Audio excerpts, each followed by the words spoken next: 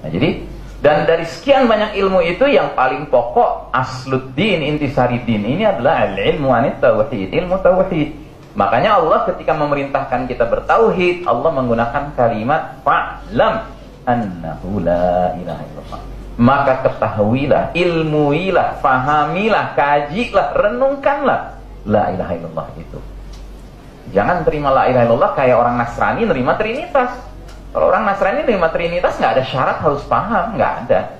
Tapi kalau kita Islam, umat Islam menerima tauhid harus dengan pemahaman. Dan pemahamannya sederhana, la ilaha itu bara, ya kan, illallah wala, gitu aja. Ya kan, al wala al bara harus tegak. Jangan karena tauhid nggak dipahami, nggak bisa ngebedain antara tauhid sama ulil amri minkum. Ajib. Gitu. Udah jelas ciri-cirinya tauhid, kan dibilang itu ulil amri, mesti ditaati. Ampun deh, gitu. Ya kan?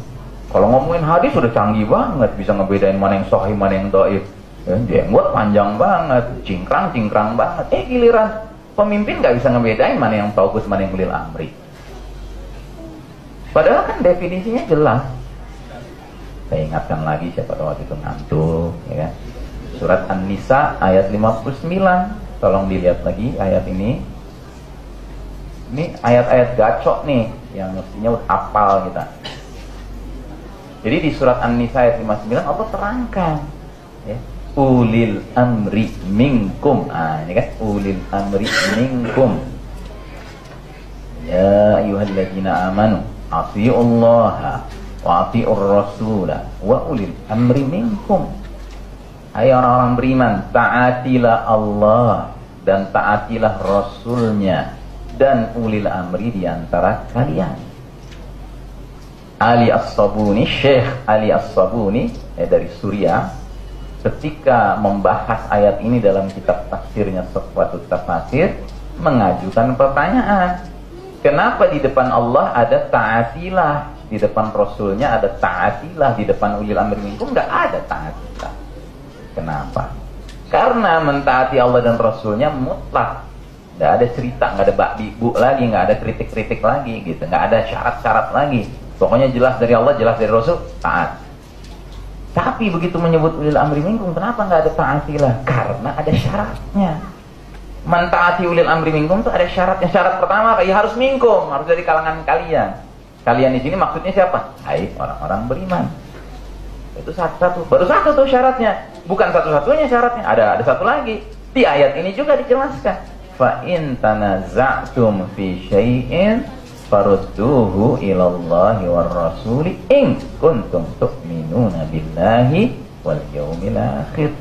Kemudian jika kalian berlainan pendapat tentang suatu perkara, maka kembalikanlah urusan itu, perkara itu kepada Allah, yaitu Al-Quran, dan kepada Rasul, yaitu sunnahnya. Jika kamu benar-benar beriman kepada Allah dan hari kemudian. Berarti syarat kedua ulil amri, di samping dia harus dari kalangan orang beriman, dia harus dalam menyelesaikan semua perkara hanya mengembalikannya kepada Quran dan sunnah. Kalau dua syarat ini terpenuhi, nggak punya alasan kita nggak mentaati dia. Tapi kalau dua syarat ini nggak terpenuhi, atau satu doang terpenuhi, satu lagi enggak, hak apa dia ditaati? Atas dasar apa kita mentaati dia? Padahal kita hanya mau mentaati pihak yang memang jelas-jelas ngajak kita kepada Allah dan Rasulnya.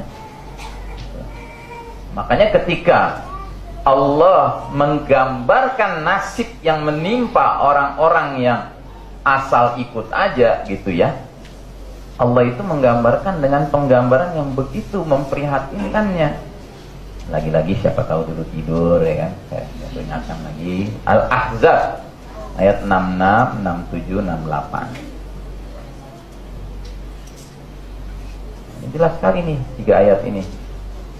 Allah Ta'ala berfirman,